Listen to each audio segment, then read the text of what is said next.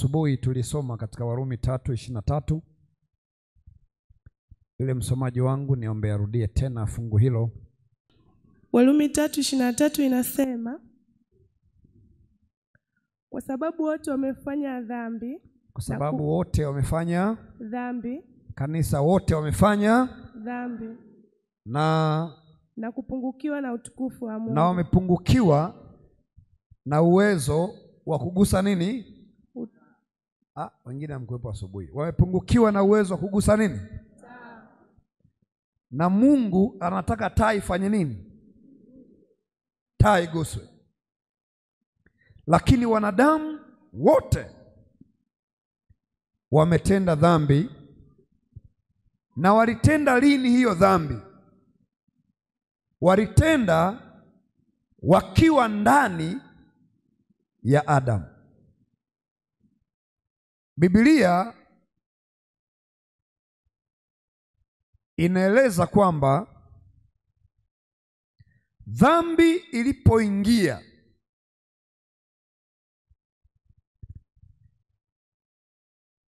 mwanadamu akawa amepungukiwa na uwezo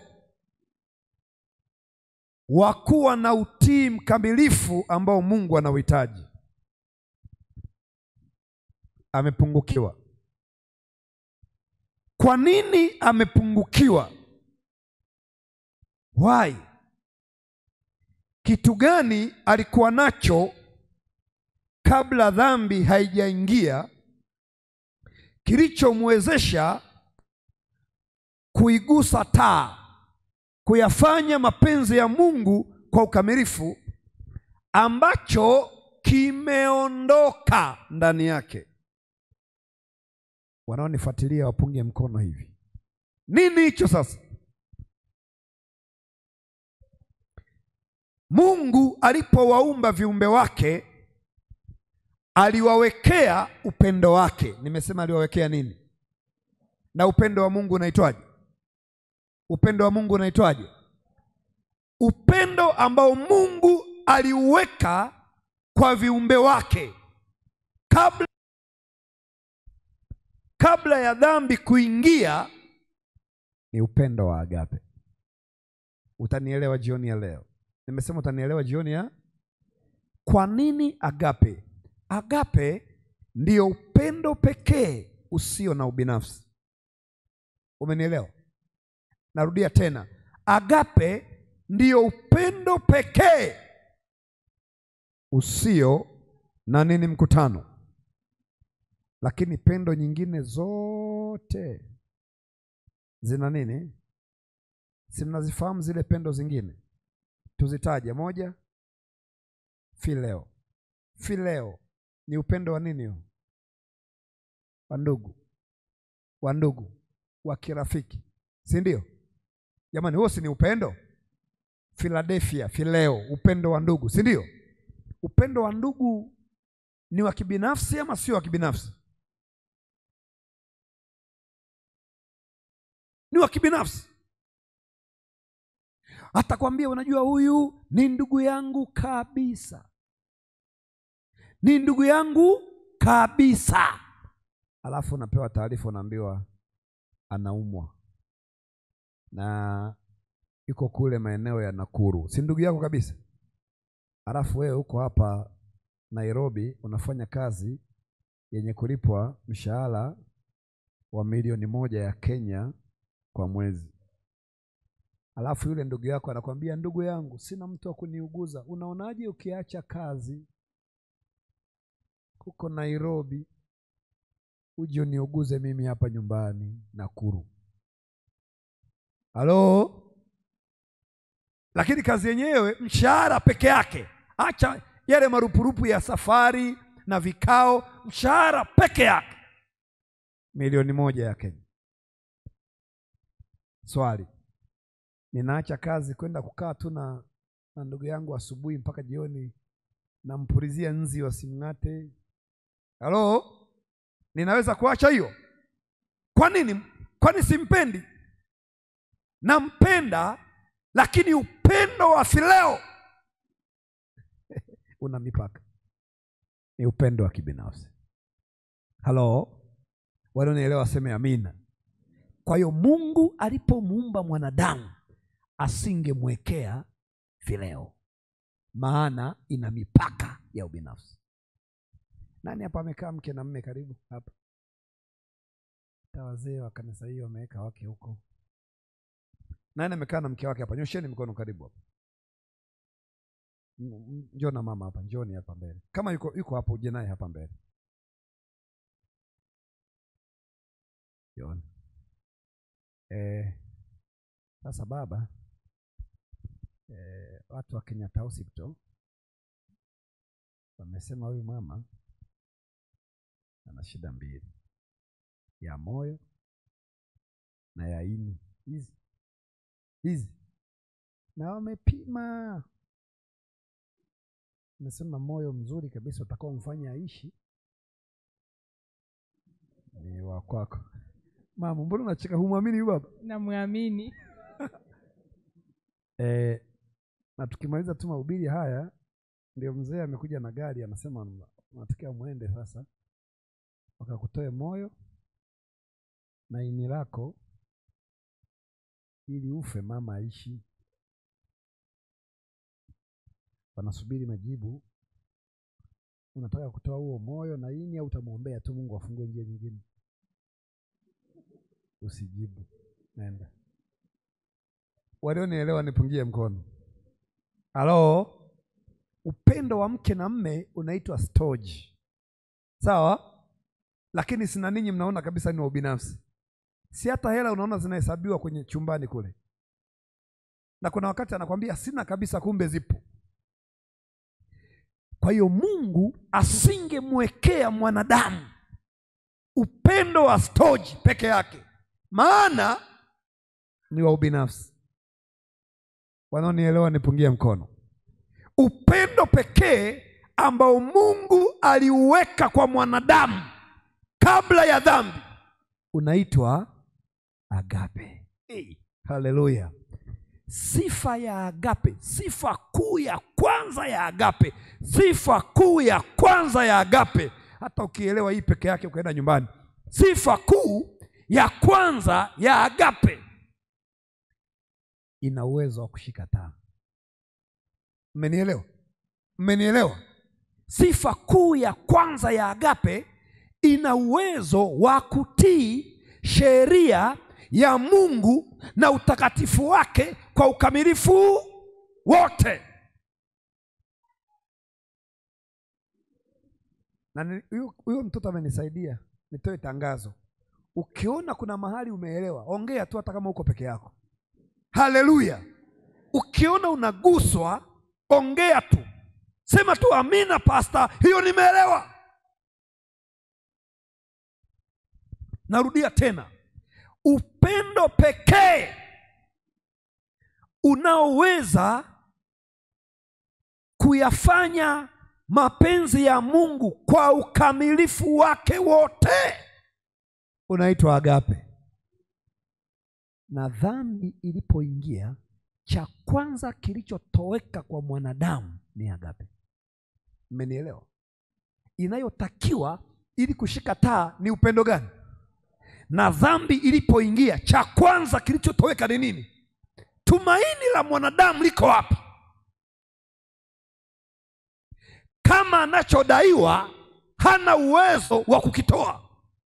Unajua kuna wakati ninyi na mimi huwa tunajidai sisi ni wa Sabato, tunatii amri za Mungu. Nataka niwaambie, inawezekana kati yenu hapa hakuna aliyewahi kutunza Sabato hata mmoja tangu mmeanza kusali. By the way, sheria ya Mungu inatunzwa kuanzia wazo mpaka tendo. Ukija tu siku ya Sabato hapa ukawaza madeni unayodaiwa, umevunja Sabato.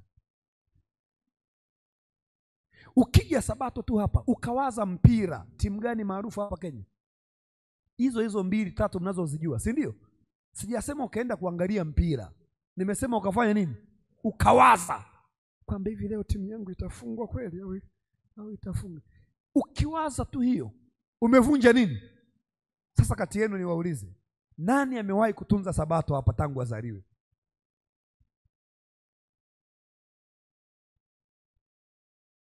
Maana nasema ukigeuza tu mguu wako ukawaza mambo yako, una mtihani Jumatatu, leo ni Sabato, unaanza ile somo ni gumu, itakuwaje? Umevunja Sabato.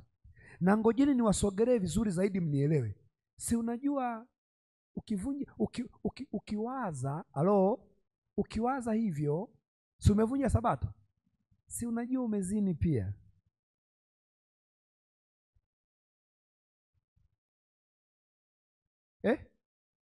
Wanaosema tusaidie pastor kuelewa, nyosha mkono. Naona ni wachache. Wanaosema pastor tusaidie tuelewe hiyo vizuri, unamaanisha nini? Msomaji wangu soma Yakobo sura ya 2. Yakobo 2 fungu la 10. Anasemaje? Nataka leo tusaidiane kidogo kitu hapo. Yakobo 2. Msomaji wangu nitataka ukimbie. Kama Biblia ni ngumu uwe na simu yako kabisa ili usome kwenye simu. Twende haraka. Yakobo 2:10. Anasema, maana mtu awaye yote atakayeshika sheria yote. Mtu awaye yote atakayeshika sheria ngapi? Yote. Yote. Ila akajikwaa katika neno moja. Akajikwaa kwenye neno moja. Kwenye neno moja. Ngoja nikuonyeshe mfano wa neno kabla msomaji hajaendelea. Ninyi ni wanakwaya, mmepeleka nguo zenu zote kwa fundi mmoja. Yako haikushona vizuri kama ya mwingine. Ukajisikia vibaya, ukamwonea wivu. Umejikwaa kwenye neno moja. Akajikwaa kwenye neno moja, Marizia. Amekosa juu ya yote. Umekosa juu ya mangapi? Ya yote. Yaani ukiwaza tu, mbona nguo yangu mbaya, ya huyu ndio nzuri, yaani kwa amenionaje mimi? Ukishawaza tu hivyo umezini pia. Umekosa juu ya mangapi? Umekosa juu ya mangapi? Marizia msomaji, endelea. Nimemaliza 10. Niendelee 11. Endelea msomaji. Kwa maana yeye aliyesema usizini pia alisema usiue. Basi japokuwa huzini lakini umeua, umekuwa mvunja sheria. 12. Asante msomaji. Umeelewa? Unanielewa? Mtoto wako yule uliyemzaa amevunja grass ile unayotumiaga siku ya sikukuu, si unaifahamu? Ile unaweka kabatini kule, unasubiri pastor akifanya visitation ndio unaitoa. Ila siku hizi hata wachungaji hawapewi hizo. Wachungaji tunapewa yoyote iliyo karibu. Mtoto akaivunja ile grasi yako pendwa, ukamwambia toka hapa, ovyo kabisa wewe, mbwa wewe. Yaani wakati unafanya hayo unazini.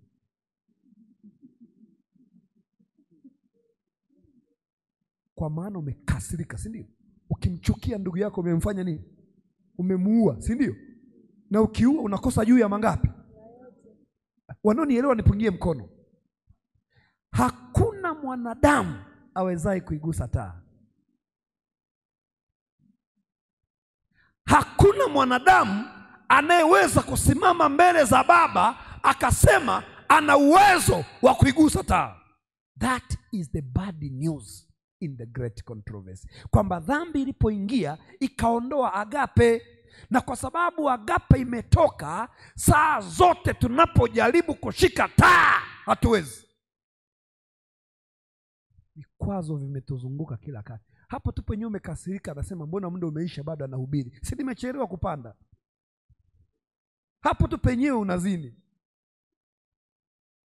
Eti mimi niko salangu, si nimechelewa kidogo? Wanaonielewa nipungie mkono. Halo? Kwa sababu ya dhambi, waimbaji waliimba mchana wakasema dhambi imetufanya tuishi maisha chini ya kiwango.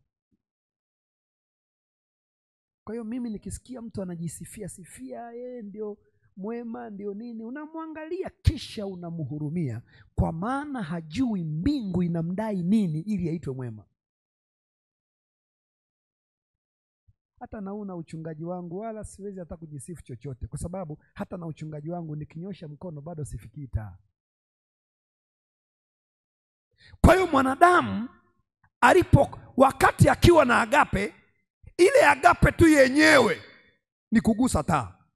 Ile kuikosa tu agape ni kutokugusa taa. Kwa hiyo usalama wa mwanadamu ni either amempokea Yesu ndani ya moyo wake, mwenye agape. Maana Yesu ana agape. Halo? Akimpokea kwa dhati Yesu ndani ya moyo wake, mbingu zinamuona kama aliyegusa taa. Hiyo nyie hata kusema amina hakuna. Haleluya! Usalama wa mwanadamu ajifungamanishe na Kristo, yeye mwenye agape. Yaani kwa kifupi, mwanadamu nje ya Kristo ni choo kinachonuka sana, hata kama amevaa tai, hata kama ni mchungaji, hata kama ni nani, kama hajajiunganisha kamili na Kristo hakuna kitu. Kwa nini? Kwa sababu hawezi kugusa taa. Kwa nini? Hana agape. Agape iko wapi? Anasema kwenye Yohana 14:15, mkinipenda mtashika sheria. Sasa hiyo mkinipenda, unajua maana yake ni nini? Kwa Kigiriki hiyo neno kupenda, kwa Kigiriki, Biblia imeandikwa Kigiriki, hiyo neno mkinipenda kwa Kigiriki anasema mkini agape. Sasa sisi tunatoa wapi agape na hatuna? Maana dhambi ilipoingia tulipoteza. Ni kana kwamba anasema mkimpokea Kristo kwa dhati akakaa ndani yenu, tangu wakati huo Baba atamtazama Kristo mahali penu na mtaonekana mmegusa taa, kwa sababu katika agape kuna ukamilifu wote wa Mungu. Tumaini langu, tumaini lako ni Kristo. Hata sio uzee wa kanisa, hata sio uchungaji, hata sio uimbaji. Ni Kristo, ni Kristo. Tulipopoteza agape, that was the bad news, na shetani akashangilia. Tangazo la Mwanzo 3:15 la kuponda kichwa ni tangazo la mwanadamu kurejeshewa agape, lakini kwa njia ya Kristo. Hiyo is the good news in the great controversy, kwamba ni kweli kuna pambano kuu, dhambi imetukanyaga, hatuna tumaini, hatuwezi kabisa kuokolewa maana hatuna agape, lakini Bwana aliweka mlango wa kutokea kupitia kwa Kristo. Tunahesabiwa tumegusa taa. Sio kwamba tumegusa, ila kwa sababu Kristo ameingia ndani yetu. Na Kristo akiwa ndani yetu, upendo wake ni nini? Agape. Na nimesema Mungu tu akishaona agape, anaashumu kwamba, anaona kana kwamba umeshaitimiza sheria ngapi? Yote. Ndio maana Paulo anasema katika pendo la Mungu pana utimilifu wa sheria. Yaani Mungu akiona agape, anahesabu huyu mtu hana dhambi yoyote ya mawazo wala ya matendo. Lakini kwa kweli sio mimi, ni agape iliyoko ndani yangu. Na hilo ndilo tumaini nalowaachia jioni ya leo. Tumng'ang'anie Kristo, yeye aliye haki yetu, kwa jina la Yesu Kristo, amen.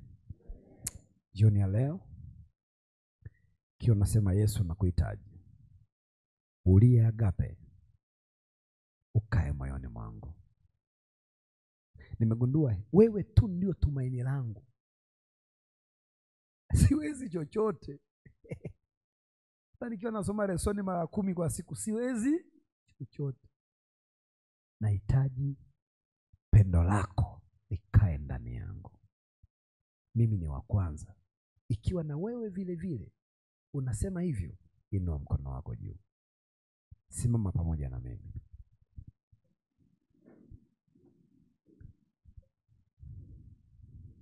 Ni Yesu pekee ndiye tumaini letu.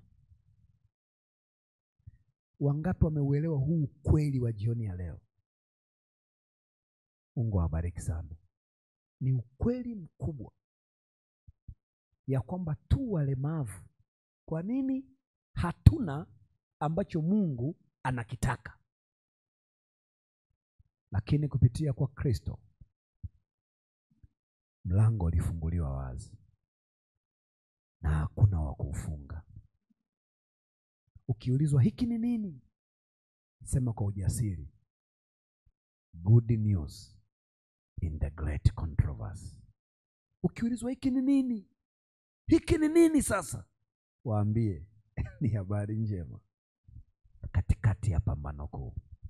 Dhambi imetupiga, imetuumiza, kila tukijitutumua tunadondoka, hatuwezi, nguvu haipo. Lakini pendo la Baba linahifadhiwa mioyoni mwetu, agape, kwa njia ya imani. Ungeulizwa kitu gani kilipotezwa kwa wazazi wetu wa kwanza mliokuwepo asubuhi, niliwaambia ilipotezwa nini? Imani. Imani. Kitu gani kinalitunza pendo la Baba lidumu mioyoni mwetu, Kristo akae ndani yetu? Imani.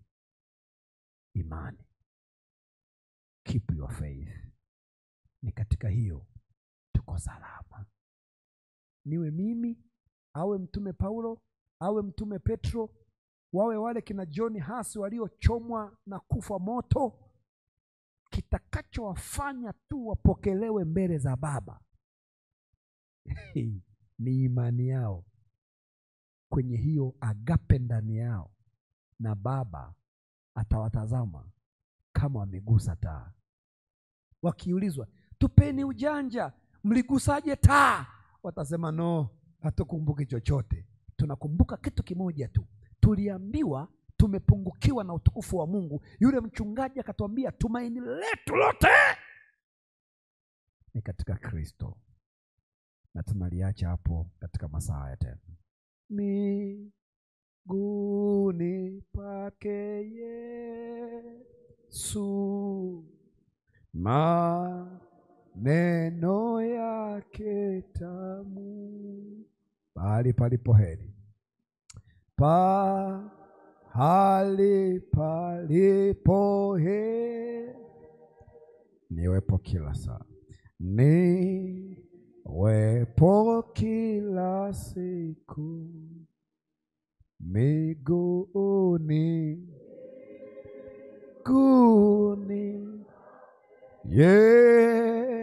Yesu, mbukao na hisani kwangu vimenivuta. Ikiwa uko mzazi hapa na una mtoto mgonjwa, mtoto wako ni mgonjwa, ana shida yoyote, tembea uje mbele. Mahali fulani nikaletewa mtoto ambaye alikuwa na shida ya moyo tangu mdogo, kuna tundu kwenye moyo. Tulipomwita Bwana, waliporudi hospitali hawakuliona tena lile tundu mpaka leo. Kama kuna mzazi ana mtoto mgonjwa, ana shida ya kiafya, sogea mbele. Na acha niongeze hii neema, acha niongeze hii neema, acha niongeze hii neema.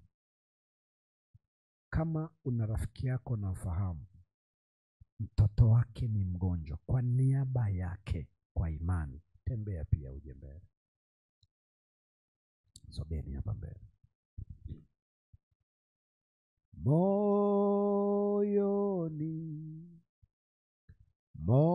Moyo ingia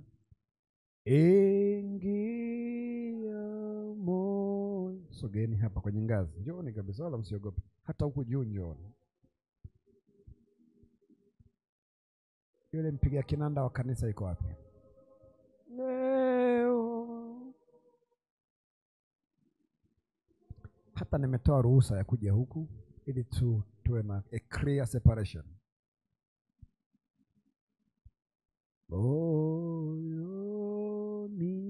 Moyoni Bwana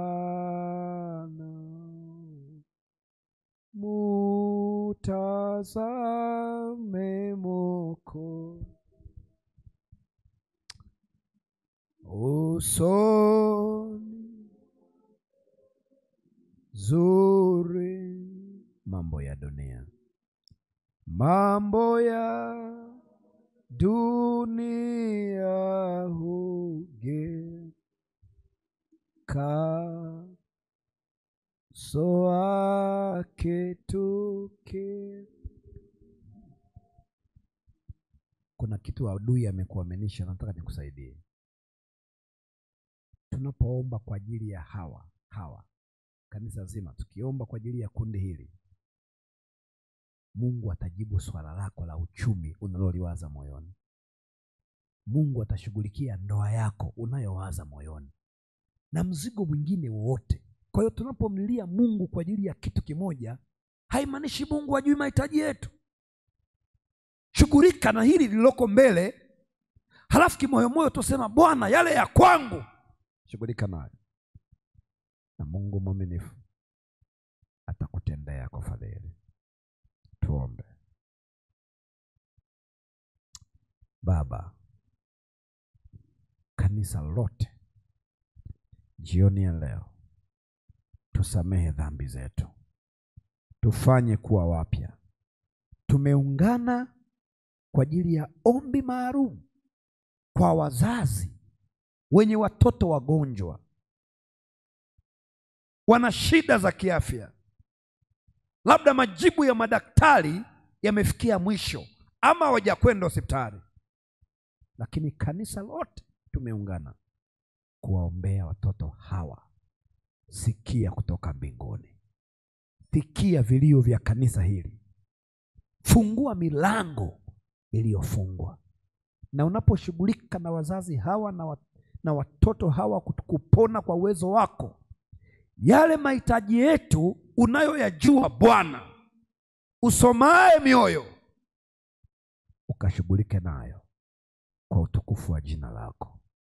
Sasa tunanyamaza, sio kwamba tumeishiwa ya kusema, lakini tunakuamini utatenda na kuzidi na kufuta machozi, kwa jina la Yesu Kristo, amen. Kanisa, amen. Pokeeni baraka za Bwana, amen. Asanteni sana, tunaweza kwenda. Get the point. Take a step forward.